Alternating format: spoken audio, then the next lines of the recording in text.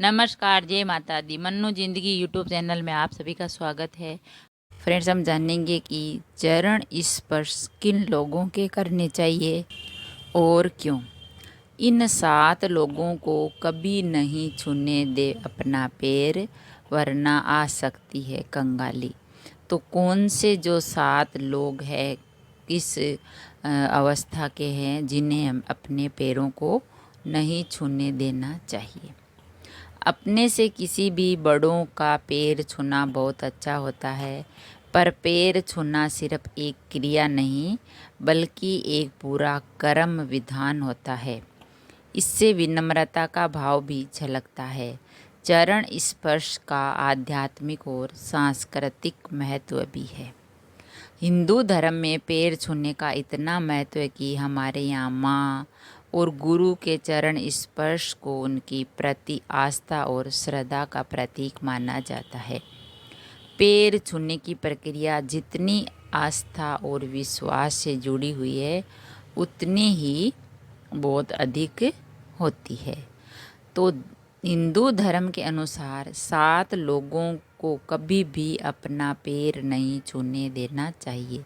इससे दरिद्रता बढ़ती है, इसीलिए इसके बारे में हम आपको बताते हैं। तो पहला है शमशान घाट से लौटते हुए व्यक्ति।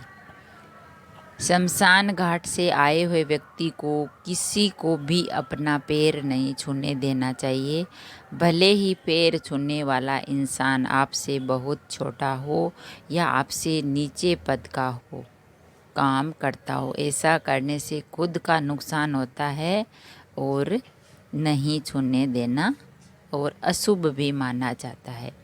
दूसरा है कुंवारी कन्या। कुंवारी कन्या को अपना पाँव नहीं छूने देना चाहिए। अगर कुंवारी कन्या आपका पैर छू रही है या पैर छूने आए तो उसे रोक दिया करें। अगर कोई कुंवारी कन्या आपके पैर छूती है तो आपको बहुत पाप लगता है, आप पाप के भागी बन जाते हैं। तीसरा है मंदिर में किसी और के पैर। मंदिर में अगर हम जाते हैं तो देवी देवता के प्रणाम के अलावा, देवी देवता के चरण स्पर्श के अलावा हमें वहाँ पर, उस स्थान पर जो देव स्थान है, किसी और के पैर नहीं छूने चाहिए, वरना पवित्रता भंग हो जाती है।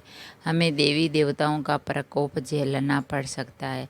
इसलिए अगर मंदिर परिसर में कोई आपका पैर छूता है तो उन्हें रोक देना चाहिए, क्योंकि मंदिर भगवान का स्थान होता है और उस परिसर में किसी और का पांव छूना उसका अपमान माना जाता है। चौथा है पूजा कर रहे व्यक्ति के पैर। जब कोई व्यक्ति पूजा कर रहा हो तो उस समय यह देवी देवताओं से जुड़ा होता है, तो ऐसे समय में किसी भी इंसान को इस बात का ध्यान देना चाहिए कि कोई उनका पैर ना छुए। पूजा करते समय किसी भी व्यक्ति का पैर छूने से पूजा सफल नहीं होती है और पूजा में बाधा आ जाती है। पांचवा है सोए रहे इंसान के पैर ना छुएं। अपनों बड़ों के चरण स्पर्श का विधान है, लेकिन इस बात का भी हमें विशेष ध्यान रखना चाहिए कि जो व्यक्ति सो रहा है, नींद में है या ऐसे ही सो रहा है, उसके सोते समय उसके पैर ना छुएं। और लेटे हुए व्यक्ति के पैर केवल एक ही स्थिति में स्पर्श करते हैं, जब उसकी मृत्यु हो जाती है, वरना पैर नहीं छूना चाहिए सोते हुए व्यक्ति के। छठा है भांजा भांजी के पैर नहीं छूने देना, उनको पैर नहीं छूने देना चाहिए। भांजा या भांजी माने होते यानी सम्मान के पात्र होते हैं, इसीलिए कभी भी उन्हें मामा मामी के पैर नहीं छूने चाहिए। बेटियों को पैर ना छूने दें। घर की बेटियों को देवी का स्वरूप माना जाता है और इसी आधार पर बेटियों या कन्याओं को पैर नहीं छूने देना चाहिए। तो फ्रेंड्स, ये था कि चरण स्पर्श इन 7 लोगों को कभी नहीं छूने दे अपने पैर। एक तो शमशान घाट से लौटे हुए व्यक्ति से कुंवारी कन्या से मंदिर में किसी और के पैर, केवल भगवान के अलावा पूजा कर रहे व्यक्ति के पैर कभी नहीं छूने चाहिए। सो रहे इंसान के पैर कभी नहीं छूने चाहिए।